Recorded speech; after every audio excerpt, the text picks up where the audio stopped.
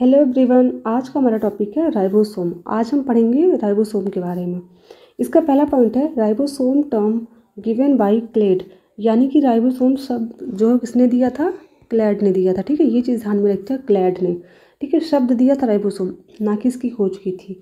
दूसरा point, ribosomes are discovered in animal cells by Palade, so these are also called Palade particles, यानी कि जो ribosome होता है उसको पैलेड पार्टिकल्स भी कहते हैं। क्यों? क्योंकि इसकी खोज जो थी वो पैलेट ने की थी। ठीक है, तो ये चीज़ ध्यान रखिएगा। इसकी खोज किसने की थी? इसकी खोज की थी पैलेट ने, लेकिन इसका नामकरण किसने किया था? क्लेड ने किया था। ठीक है, 2 पॉइंट क्लियर हो गए। Next point, ribosomes are discovered by Robinson and Brown in plant cell, यानी कि पादप कोशिका में राइबोसोम की खोज किसने की थी? रॉबिन्सन ने की थी और ब्राउन ने की थी। ठीक है, ये चीज़ ध्यान रखिएगा। रॉबिन्सन और ब्राउन का नाम जब भी आएगा तो याद रखिएगा, इन्होंने प्लांट कोशिका के अंदर राइबोसोम की खोज की थी। ठीक है, नेक्स्ट पॉइंट आता है दीज आर मेम्ब्रेनलेस ऑर्गेनेल। ये बहुत इंपॉर्टेंट पॉइंट है, ये चीज़ ध्यान रखिएगा कि राइबोसोम जो होता है उसके ऊपर क्या होता है? मेम्ब्रेन नहीं पाई जाती, मेम्ब्रेनलेस होता है। ठीक है, नेक्स्ट पॉइंट देखते हैं, these are formed in nucleolus. ये बहुत इंपॉर्टेंट, न्यूक्लियोलस। न्यूक्लियस के अंदर एक स्ट्रक्चर आपने देखा होगा, न्यूक्लियोलस जिसे कहते हैं। न्यूक्लियोलस के चारों तरफ जो होती है मेम्ब्रेन नहीं होती। ठीक है, ये भी कैसी होती है? न्यूक्लियोलस कैसी होती है? ये भी मेम्ब्रेनलेस होती है। ठीक है, तो न्यूक्लियोलस जो होता है उसके अंदर होता है राइबोसोम का फॉर्मेशन। ये चीज़ ध्यान रखिएगा। इसी वजह से न्यूक्लियोलस को कहते हैं फैक्ट्री ऑफ राइबोसोम, यानी कि राइबोसोम की फैक्ट्री कहते हैं किसको? न्यूक्लियोलस को। और राइबोसोम को क्या कहते हैं? प्रोटीन की फैक्ट्री, क्योंकि राइबोसोम के अंदर क्या होता है? प्रोटीन का फॉर्मेशन होता है। ठीक है, ये चीज़ ध्यान रखिएगा। पेपर में क्वेश्चन आ जाता है कि राइबोसोम की फैक्ट्री किसे कहते हैं, बच्चे बड़े कंफ्यूज हो जाते हैं। तो याद रखिएगा ये न्यूक्लियोलस को कहते हैं, ना कि न्यूक्लियस को। ठीक है, फिर देखते हैं next point, in nucleolus new ribosomal RNA. Ribosomal RNA का मतलब होता है rRNA combines with protein to form the subunit of ribosome, यानी कि न्यूक्लियोलस के अंदर क्या होते हैं? आरआरएनए और जो प्रोटीन होता है, ये दोनों कंबाइंड होते हैं और क्या बनाते हैं? राइबोसोम। तो एक चीज़ तो क्लियर हो गया कि न्यूक्लियोलस जो होता है वो राइबोसोम का फॉर्मेशन करता है। ठीक, दूसरी बात क्या क्लियर होगी कि राइबोसोम जो होता है वो किससे मिलकर बना होता है? एक तो आरआरएनए से मिलकर बना होता है और दूसरा किससे मिलकर बना होता है? दूसरा होता है प्रोटीन। ठीक है, तो राइबोसोम प्रोटीन से और आरआरएनए, याद रखिएगा आरआरएनए है राइबोसोमल आरएनए। ठीक है, इसी से मिलकर बना होता है। ये चीज़ दिमाग में रखिएगा आपने। फिर the newly made sub units are transported out through the nuclear port to the cytoplasm. अब देखिए क्या होता है, न्यूक्लियोलस के अंदर राइबोसोम बन गया। अब ये राइबोसोम जो होता है इसका मेन काम जो होता है वो साइटोप्लाज्म के अंदर होता है, क्योंकि वहीं पर क्या करेगा? प्रोटीन का सिंथेसिस करेगा।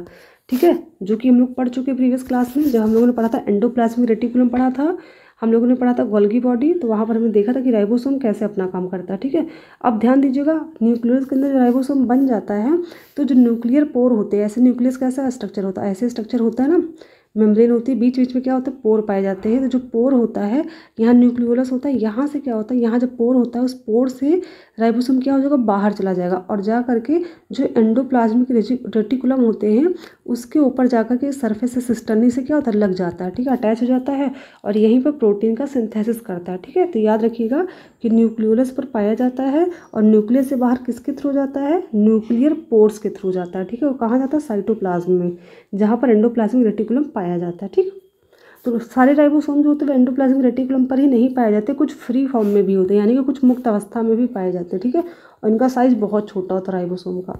Ribosomes are made up of rRNA and protein, यानी कि राइबोसोम जो होता है वो राइबोसोमल आरएनए और प्रोटीन से मिलकर बना होता है। ये चीज़ ध्यान रखिएगा, आर से राइबोसोमल आरएनए, आर से राइबोसोम। ठीक है, so these are called ribonucleoprotein.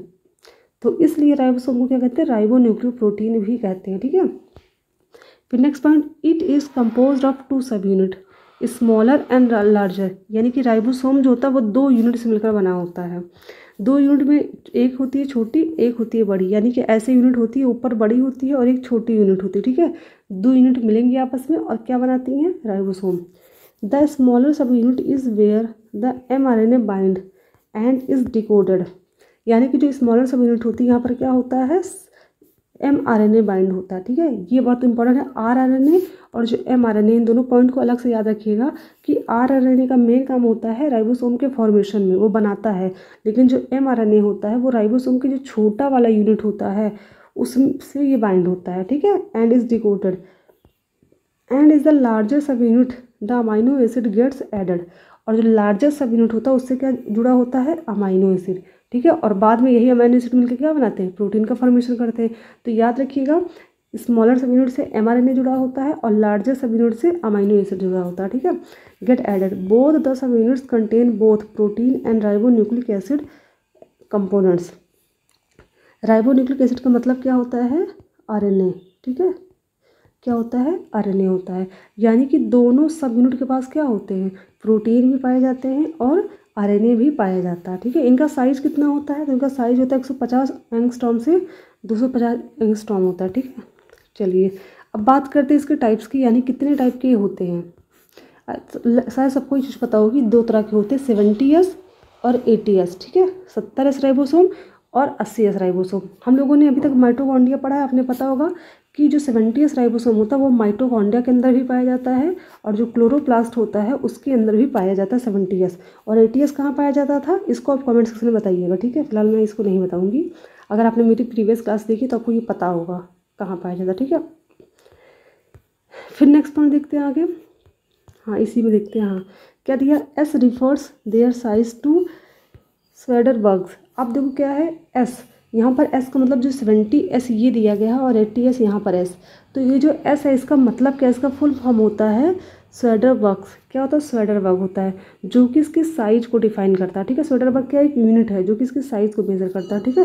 Which stands for sedimentation coefficient, यानी कि सेडिमेंटेशन कॉफिशिएंट को ये प्रोड्यूस मतलब इंट्रोड्यूस करता है, ठीक है। और जो साइज होता है राइबोसोम का उसको मेज़र करने की ये यूनिट होती है स्वेडर बग। तो याद रखिएगा जो 70S 80S दिया है वो यूनिट है एक, ठीक है, मेज़र करने की यूनिट है। किसको मेज़र करने की, राइबोसोम के साइज़ को मेज़र करने की, ठीक है।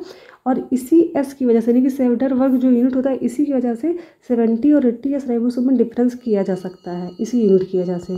The Svedberg unit can be explained as measure of time which is equal to value of, ये देखो ये गलत है, 10 के पावर 13 सेकंड होगा, यहाँ पर ये गलत हो गया है, इसको आप सही कर लीजिएगा, ये गलत दिया है, ये 10 to 13 नहीं, तो 10 के पावर -13 सेकंड होता है, ठीक है, ये होता है। यानी कि जो स्वेडर बग यूनिट होता है ये किसके बराबर होता है, 10 के पावर -13 सेकंड के बराबर। आप सोचिए इसकी वैल्यू कितनी कम होती है स्वेडर बग की। 10 के पावर -13 समझ रहे होंगे, 0.13 लगा दीजिए, उसके बाद 1 लिखिएगा, तो ये हो जाएगा 10 के पावर -13, ठीक है। तो इतनी सेकंड के बराबर होती है स्वेडर बग यूनिट की वैल्यू। पहला टाइप देखेंगे 70S राइबोसोम। एस फॉर पता है स्वेडर बग होता है, ठीक है। तो क्या होता है 70S राइबोसोम जो होता है ये 2 सब यूनिट से मिलकर बना होता है, ठीक है। पहला है 50S, दूसरा है 30S, ठीक है। पहला सब यूनिट ऐसे होता है ऊपर और नीचे पाई जाती है छोटी सब यूनिट, ठीक है। ये होता है 50S और नीचे वाला होता है 30S। याद रखिएगा दोनों मिलाकर 80 होता है, लेकिन हो जाएंगे ये 70, ठीक है। तो याद रखिएगा दोनों सब यूनिट मिलकर ऐसे स्ट्रक्चर बनाते हैं। अब जो 50S होता है ये इतनी सारी चीज़ों से मिलकर बना होता है, ठीक है। प्रश्न ऐसे पूछा नहीं जाएगा आपसे कि 70S में कौन सी सब यूनिट पाई जाती है। तो सबको पता है 50 और 30S से मिलकर के 70S पाया जाता है, क्योंकि हम लोग अभी पढ़ते आ रहे हैं ना कि एक लार्जर सब यूनिट होता है और एक होता है स्मॉलर, ठीक है। तो जाहिर सी बात है लार्जर वाला ये है, स्मॉलर वाला ये है, ये तो सबको पता होगा। लेकिन बात यहाँ पर क्वेश्चन आता है कि जो 50S राइबोसोम होता है जो 70 का ही एक क्या है सब यूनिट है, इसमें कितने टाइप के और पाए जाते हैं राइबोसोम, ठीक है। तो याद रखिएगा 50S जो राइबोसोम होता है सब यूनिट 70 का, ये 20S 23S और 5S से मिलकर बना होता है, ठीक है। तो 23S + 5S मिलेंगे तब बनेंगे 50S, और ये 50S 30 के साथ मिलेगा और तब बनाएगा 70S राइबोसोम, ठीक है। तो याद रखिएगा कि जो 70S राइबोसोम होता है इसमें 2 यूनिट पाई जाती है। लार्जर यूनिट जो होती है वो 50S की होती है और स्मॉल यूनिट कितनी की होती है 30S की होती है, ठीक है। और 50 में जो क्या होता है 23 + 5 मिलकर के बनाते हैं, ठीक है। क्या मिलकर बनाते हैं, RNA और प्रोटीन, जो कि हम पढ़ते आ रहे हैं कि राइबोसोम इन्हीं 2 चीज़ से मिलकर बने होते हैं। तो जाहिर सी बात है प्लस RNA और प्रोटीन लिखना ही पड़ेगा हमें। फिर जो 30S होता है ये भी 2 सब यूनिट से मिलकर बना होता है, एक 16S होता है, हाँ एक ही एस से बना, ठीक है, 16S से मिलकर बना होता है। अब नेक्स्ट देखते हैं 80S। जो 80S होता है ये भी 2 सब यूनिट से मिलकर बना होता है, एक 40 होता है एक 60 होता है। याद रखिएगा जो लार्जर वाला होता है वो 60 होता है, स्मॉलर वाला 40 होता है। 60S जो राइबोसोम होता है सब यूनिट का ये भी 28S 5S और 5.85 इससे मिलकर के बना होता है, ठीक है, राइबोसोम और प्रोटीन से मिलकर बना होता है। 40S जो होता है ये 18S rRNA प्रोटीन से बना होता है, ठीक है। तो एक चीज़ आपको यहाँ पर क्लियर मैं कर दे रही हूँ कि दोनों सब यूनिट जो आपका 70S है और जो 80S है, इसमें एक चीज़ आपको क्लियर हो गई होगी। ये मैं यहाँ इसको पहले कर दूँ फिर बताती हूँ क्या, कि जो छोटी वाली दोनों की यूनिट है वो सिर्फ एक ही प्रकार के rRNA से मिलकर बना है। यहाँ पर 16, यहाँ पर 18 है, ठीक है, याद रखिएगा। छोटी सब यूनिट में 70 वाले में 16S आ रहा है और बड़े वाले में 18S आ रहा है, ठीक है। बाकी इनमें डिफरेंट डिफरेंट टाइप के आपके क्या हैं, सब यूनिट प्रेजेंट है। ये याद कर लीजिएगा, ये बहुत इंपॉर्टेंट, पेपर में यही पूछा जाता है। फिर देखते हैं इनमें किस केमिकल कॉम्पोजिशन क्या होता है, यानी कि 70S राइबोसोम जो होता है। अब देखो ये दो राइबोसोम तो सभी rRNA और प्रोटीन से मिलकर बने होते हैं, ये तो कन्फर्म है। लेकिन हम ये जानेंगे कितने परसेंट होता है। तो अगर 70S की बात करें तो इसमें जो rRNA होता है वो 60% के आसपास होता है और प्रोटीन जो होता है वो 40% होता है। लेकिन इसका जस्ट उल्टा होता है 80S में। जो 80S राइबोसोम होता है उसमें जो rRNA होता है वो 40% होता है, बट प्रोटीन जो होता है वो 60% होता है, ठीक है। तो ये चीज़ ध्यान रखिएगा, केमिकल कॉम्पोजिशन जो होता है इसका, ये चीज़ ध्यान रखिएगा, ठीक। अब देखते हैं इसके फंक्शन की बात कर लेते हैं। वैसे फंक्शन तो आपको पता होगा, मेन इसका फंक्शन क्या होता है, प्रोटीन का सिंथेसिस करना, ठीक है। तो ribosome is to synthesize protein in the cell, यानी कि सेल के अंदर, कोशिका के अंदर प्रोटीन का सिंथेसिस करना, यानी कि प्रोटीन का फॉर्मेशन करना किसका काम होता है, राइबोसोम। इसीलिए राइबोसोम को प्रोटीन की फैक्ट्री भी कहते हैं। Ribosomes are also called protein factories of the cell. कोशिकाओं के प्रोटीन की फैक्ट्री कहते हैं, क्योंकि राइबोसोम क्या करता है, प्रोटीन का फॉर्मेशन करता है। Help in process of photosynthesis, यानी कि प्रकाश संश्लेषण की जो क्रिया होती है उसमें भी राइबोसोम हेल्प करता है। Next point, free ribosome synthesize structural protein, यानी कि जो फ्री फॉर्म का मतलब होता है ऐसा राइबोसोम जो किसी दूसरे ऑर्गेनेल से ना अटैच हो, बल्कि क्या हो, मुक्त अवस्था में क्या हो, साइटोप्लाज्म के अंदर प्रेजेंट हो। वो राइबोसोम जो प्रोटीन बनाता है वो प्रोटीन स्ट्रक्चरल यानी कि संरचनात्मक प्रोटीन होता है, यानी कि उस प्रोटीन का यूज़ सेल के अन्य भागों की संरचना बनाने में किया जाता है, ठीक।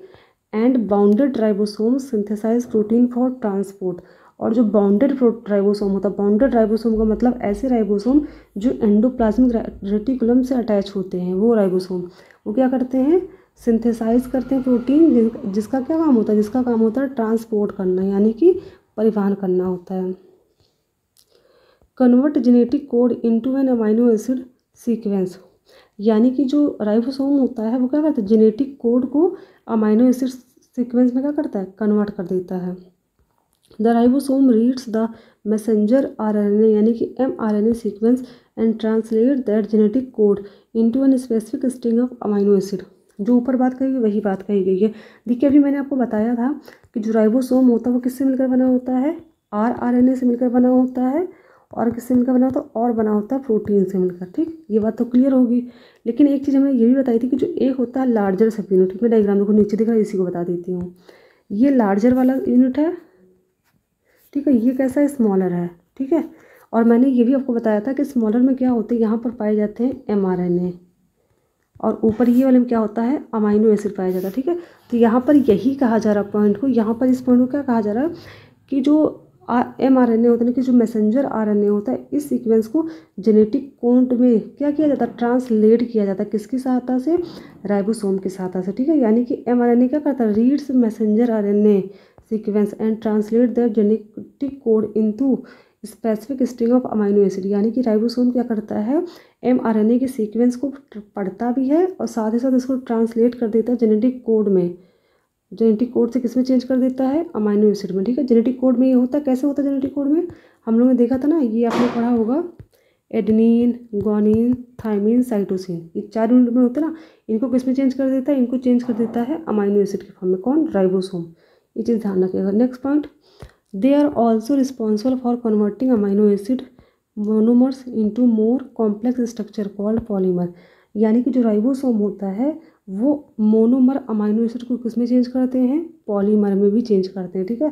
तो याद रखिएगा इसका यूज़ पॉलीमर बनाने में भी किया जाता है, किसका यूज़, राइबोसोम का। चलिए डायग्राम समझते हैं। ये है राइबोसोम, ये इसकी लार्ज सब यूनिट है यानी कि 80S है, और ये स्मॉल है यानी कि 70S है, ठीक है। दोनों मिलेंगे तो क्या बन जाएगा, राइबोसोम बन जाएगा, ठीक है। ये राइबोसोम का स्ट्रक्चर है। अब थोड़ा सा इसके बारे में और जान लेते हैं अच्छे से। ये लार्ज सब यूनिट है, ठीक है, ये स्मॉल सब यूनिट है। यहाँ 50s दिया या 30s दिया, यानी किसका स्ट्रक्चर बना है, ये बनाया 70s राइबोसोम का, ठीक है, ध्यान रखिएगा। और क्या दिया आपको, mRNA दिया होगा ना, जो mRNA का ये कोड डिकोडिंग आपको जा रही है बनती हुई स्ट्रक्चर, ये किससे अटैच है, ये होता है 30s, यानी कि छोटे वाले सब यूनिट पे अटैच होता है, और बड़े वाले पे क्या होता है, अमाइनो एसिड, ये आपको दिख रहा होगा, अमाइनो एसिड अटैच होता है, ठीक है। और ये ध्यान रखिएगा, जो tRNA, अब देखिए हमने rRNA पढ़ा, rRNA का मेन काम क्या था, राइबोसोम के फॉर्मेशन में हेल्प करता है। mRNA क्या करता है, डिकोडिंग का काम करता है। और जो tRNA होता है, यहाँ पर आपको दिख रहा होगा, जो कि अमाइनो एसिड के बेस पर अटैच होता है, ठीक है, तो याद रखिएगा। तो ये डायग्राम्स हमने समझ लिया अच्छे से, ये टॉपिक आपको क्लियर हो गया होगा, आई होप सबको समझ में आ गया होगा। और एक चीज़ बता देते हैं, अच्छा इस डायग्राम को देखिए, इसको मैंने इसलिए यूज़ किया हुआ है, थोड़ा सा इसको यहाँ कर दूँ, हाँ अब देखो ये जो है, ये आपको mRNA दिख रहा होगा, ठीक है, ये क्या है, mRNA, ठीक है। इसके ऊपर जो आपको कोड दिख रहे हैं कौन कौन से, ये देखिए, जी लिखा है, ग्वानिन है, यहाँ पर एडेनिन है, साइटोसिन, एडेनिन है, साइटोसिन, ये सारे कोड दिख रहे होंगे। और ये जो tRNA है, जाहिर सी बात है tRNA के साथ भी क्या लगा होगा, हाँ यहाँ पर सॉरी एक चीज़ मैंने ध्यान नहीं दिया, साइटोसिन की जगह यूरेसिल, क्योंकि RNA है ना, यहाँ पर क्या होगा, एडेनिन होगा, ग्वानिन होगा, साइटोसिन होगा और यूरेसिल होगा। देखिए आपको यहाँ पर यू दिख रहा है, यूरेसिल है, ठीक है। तो यहाँ पर कोडिंग ऐसे होती है tRNA के बीच में, यानी कि जो लार्ज वाला सब यूनिट होता है और स्मॉल वाले पे mRNA होता है, इनके बीच में ऐसे कोडिंग होती है, जिसको किस में चेंज कर दिया जाता है, जिसको चेंज कर दिया जाता है अमाइनो एसिड में। और कौन करता है, ये राइबोसोम करता है, ठीक है। तो आई होप सबको समझ में आ गया होगा। अगर आपको कोई भी डाउट है तो आप कमेंट सेक्शन में मुझसे पूछ सकते हैं। और बायोलॉजी का अगर कोई भी टॉपिक आप पढ़ना चाहते हैं तो उसको भी प्लीज़ कमेंट सेक्शन में ज़रूर बताइए, ठीक है। और मेरी वीडियोस में आपको जो भी कमी लगती है, जो आपको समझने में दिक्कत हो रही है, वो भी आप ज़रूर मुझे सलाह दीजिए, ताकि मैं उसको चेंज कर सकूँ। Thank you.